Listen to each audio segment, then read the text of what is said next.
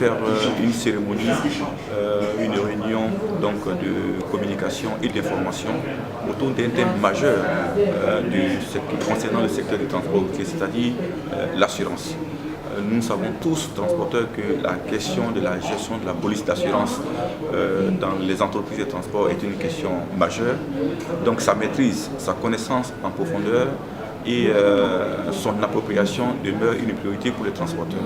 C'est pour cela que cette réforme qui consiste donc à dissocier donc les cadres d'assurance des autocars, de ceux des minicars comme de ceux des taxis communaux est un tournant majeur donc, dans la gestion de cette police d'assurance.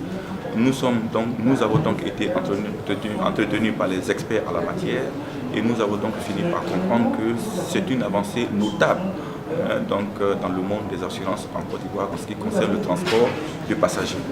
Et désormais, nous sommes instruits sur la gestion des sinistres et nous avons compris qu'il est important pour un chef d'entreprise de pouvoir prendre à part le corps la question de l'assurance, qui est donc une poche de dépenses importante, mais sa non-maîtrise conduit inéluctablement l'entreprise vers ce qu'on appelle des difficultés d'ordre juridique et financier. En gros, nous venons de passer donc une très belle cérémonie qui nous a permis, comme je vous l'ai dit tout à l'heure, de comprendre que quand on sait, quand on maîtrise une situation, on va loin. Et je voudrais donc remercier les experts au niveau des assurances et dire que le Haut Conseil s'approprie donc cette réforme et nous allons poursuivre donc la réflexion pour que les usagers et l'outil de production que sont les véhicules puissent donc faire face à ce qu'on appelle la gestion des sinistres et par ricochet pour que notre économie s'en sorte mieux avec bien entendu des populations entièrement couvertes. L'objectif premier, c'est d'assainir le secteur des assurances, précisément le secteur des agents généraux, qui a été à l'origine de la mise en place de ce pool.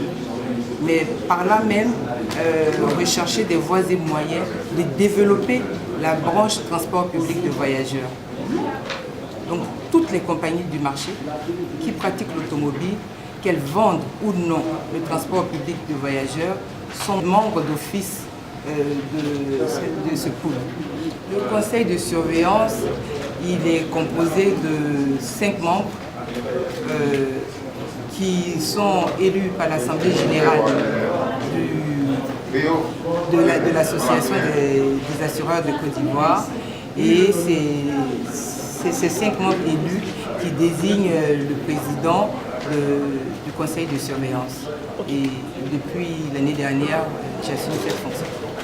Le conseil de surveillance est chargé, disons, de suivre la mise en œuvre de toutes les décisions qui ont été arrêtées dans le cadre de la gestion de ce pool-là.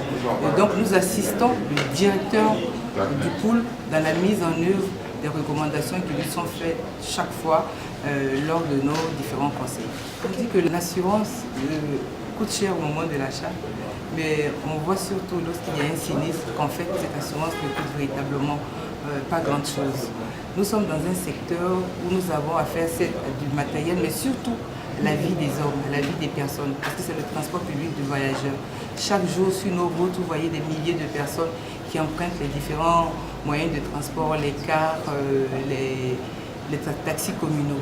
Et donc nous voudrions ici saisir l'occasion pour véritablement inviter les professionnels de ces secteurs-là à utiliser les canaux, les vrais canaux de distribution pour prendre de vraies assurances, pour pouvoir sécuriser les personnes que ces structures transportent.